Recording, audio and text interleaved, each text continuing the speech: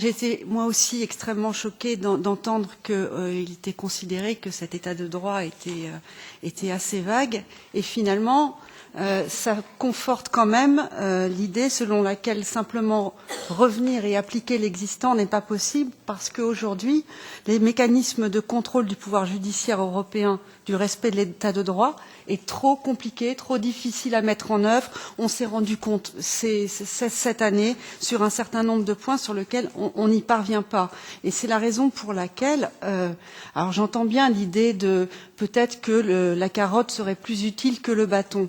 Sauf que dans d'autres dispositifs qui sont aussi importants que les valeurs et les principes de l'Union européenne, je parle des questions économiques, on est capable de mettre en œuvre un certain nombre de mécanismes, le pacte de stabilité, et là, c'est bien le bâton qui fonctionne, et un certain nombre d'États ont eu à y faire face. Donc c'est la raison pour laquelle moi, je soutiens complètement la proposition faite par ma collègue Sophia in 't Veld de mettre en place un pacte européen pour la démocratie et l'état de droit, parce qu'il faut véritablement donner une valeur normative à cet état de droit européen pour que plus aucune personne au sein de l'Union européenne considère que nos valeurs et nos principes sont vagues.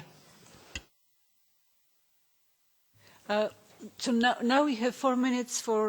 4 minutes maintenant pour chacun des panélistes pour leur permettre de répondre.